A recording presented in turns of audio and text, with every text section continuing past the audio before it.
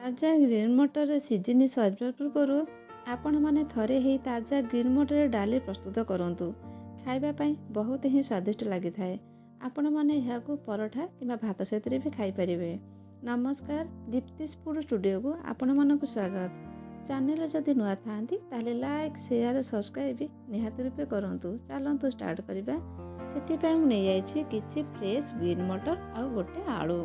ବର୍ତ୍ତମାନ ପ୍ରେସର କୁକରରେ ଗ୍ରୀନ୍ ମଟର ଦେବା, ତାପରେ କାଟିକି ରଖିଥିବା ଆଳୁକୁ ଦେବା, କାଟା ଛୋଟ ପିଆଜ ଦେବା ଖଣ୍ଡେ, ତାପରେ କଟା ରଖିଥିବା ଟମାଟୋ ଦେବା। ସେଥିରେ ପକାଇବା କିଛି ଅଦା ରସୁଣ ଛେଚା।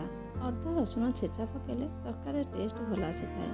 ସେଥିରେ ମିଶାଇବା କିଛି କଟା ଧନିଆ ପତ୍ର, ସ୍ୱାଦ ହିସାବରେ ଲୁଣ ଆଉ ହଳଦୀ। ରାଗ ଆସିବା ପାଇଁ ମୁଁ ନେଇଛି 2ରୁ 3ଟି କଞ୍ଚା ଲଙ୍କା।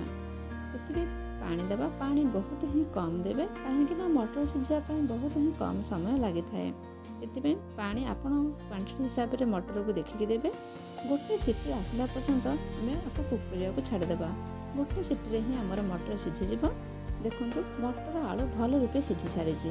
ବର୍ତ୍ତମାନ ହାତଟାକୁ ଚେକ୍ କରିଦେବା। ମଟର ତ ଭଲରେ ସିଝି ଯାଇଛି। ବର୍ତ୍ତମାନ ମଟର ଆଳୁକୁ ଆମେ ମ୍ୟାଶ୍ କରିଦେବା। ବର୍ତ୍ତମାନ ଆମେ ତଡ଼କା ଦେବା। ତଡ଼କା ପାଇଁ ମୁଁ ନେଇଛି କିଛି ସୋରିଷ ତେଲ। ସୋରିଷ ତେଲ ଗରମ ହେଲା ପରେ ପକାଇବା ସୋରିଷ। ସୋରିଷ ଆମର ଭଲ ରୂପେ ଫୁଟି ଆସିଲାଣି। ବର୍ତ୍ତମାନ ସେଥିରେ ଦେବା ଶୁଖିଲା ଲଙ୍କା। ଶୁଖିଲା ଲଙ୍କା ପକାଇ ସାରିଲା ପରେ ଗ୍ୟାସ୍ର ଫ୍ଲେମ୍ ବନ୍ଦ କରିଦେବା। କରିସାରିକି ସେଥିରେ ପକାଇବା red chilli powder. Red chilli powder ପକାଇଲେ ତରକାରୀ ସୁନ୍ଦର ଦେଖାଯାଇଥାଏ ଆଉ ଖାଇବା ପାଇଁ ବି ଟେଷ୍ଟ ଆସିଥାଏ। ବର୍ତ୍ତମାନ ପ୍ରେସର କୁକରରେ ଆମେ କିଛି ଦେବା ଗରମ ପାଉଡ଼ର। ଗରମ ମସଲା ପକାଇ ସାରିଲା ପରେ କଭର୍ କରିଦେବା କିଛି ସମୟ ପାଇଁ। ବାସ୍ ହେଇଗଲା ଆମର ଏହି ତାଜା ଗ୍ରୀନ୍ ମଟରର ଡାଲି। ଆପଣମାନେ ବି କରନ୍ତୁ ଆଉ ମୋ ସହିତ